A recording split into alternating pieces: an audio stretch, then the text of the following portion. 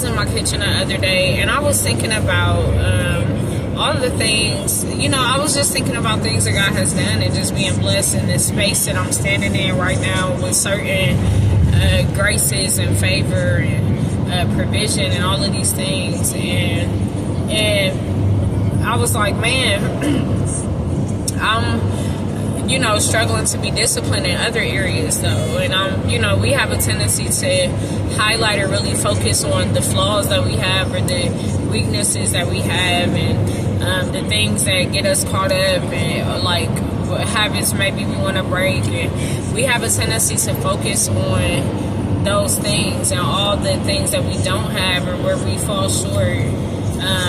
In our thinking, we think about that. To me, more attention sometimes goes on that.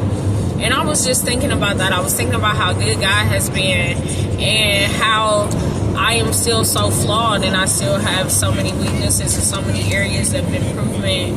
And God said to me, as I was sitting in the kitchen, he was like, I am pleased with you still, like I am still pleased with you. So I think sometimes we have a tendency to hold ourselves to such a high standard of like what's required for God to love us or to care for us, or just a high standard in general on who we are trying to be. Have a tendency to really double down on ourselves with in all of the shortcomings that we may have, or feeling like we don't live up to God's grace or to his favor or whatever, and he reminded me and he said to me, like, I'm pleased with you still. Like, I am still pleased with you. I am still, like, proud of you. And really what he said to me was like, look how much you've overcome. Look how much you have survived. Look how much you've grown. Look how much you have made it out of that you thought you were not going to survive. You know what I'm saying? And look how well you've handled the situations and challenges that have come your way. And even when you didn't, look how you've grown and look how you've learned. You know what I'm saying? And you're better, and I appreciated him for that. Because we can be hard on ourselves, and to the point where we think that God doesn't acknowledge all the other things that are better than they were. And I remember, it reminds me, I was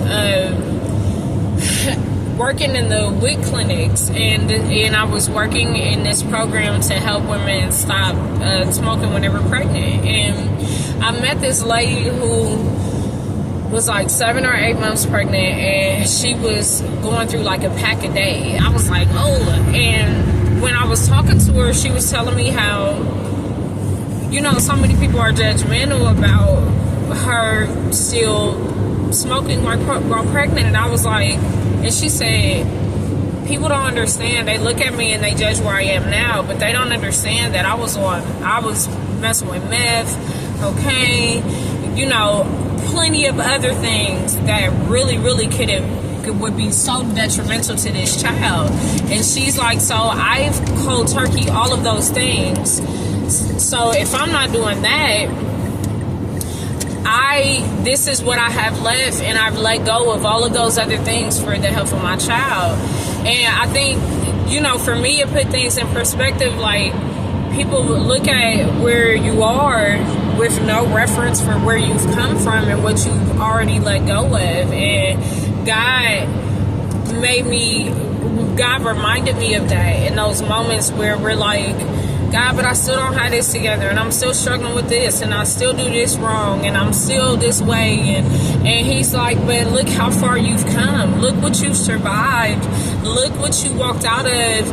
It's still intact with your right mind, and look what you've grown from, and look who you are now because of those things. So he said, I'm still pleased with you. I am still very pleased with you because you've done more with less, and you have survived on a wing and a prayer, and you're still standing, and you're still producing, and you're still living and breathing and still capable. So I just want to share that with someone, because I know for me, I can highlight the areas of my weakness and think that God is going to get me back for my flaws, or that he's not going to fulfill his promise, or he's going to leave me hanging or unprotected because I'm not perfect,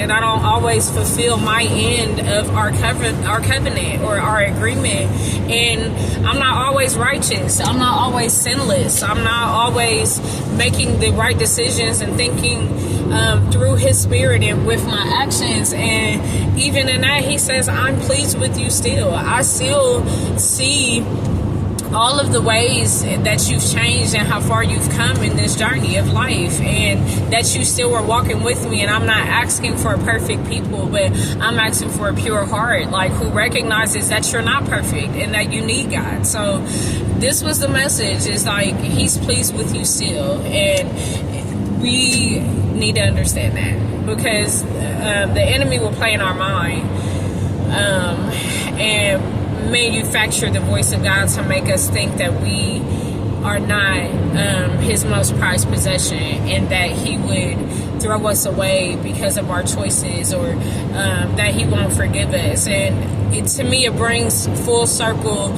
certain things God has said, like to Abraham, him saying, your faith is counted as righteousness. You know what I'm saying?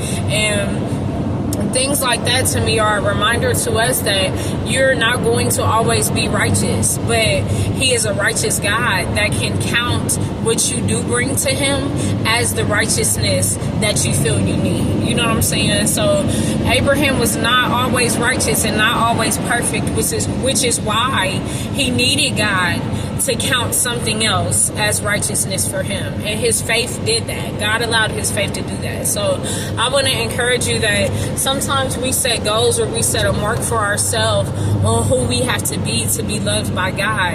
And God is saying, I don't need those things. Like, I need your heart. I need you to love me. You know, the way that you prioritize someone when you love them.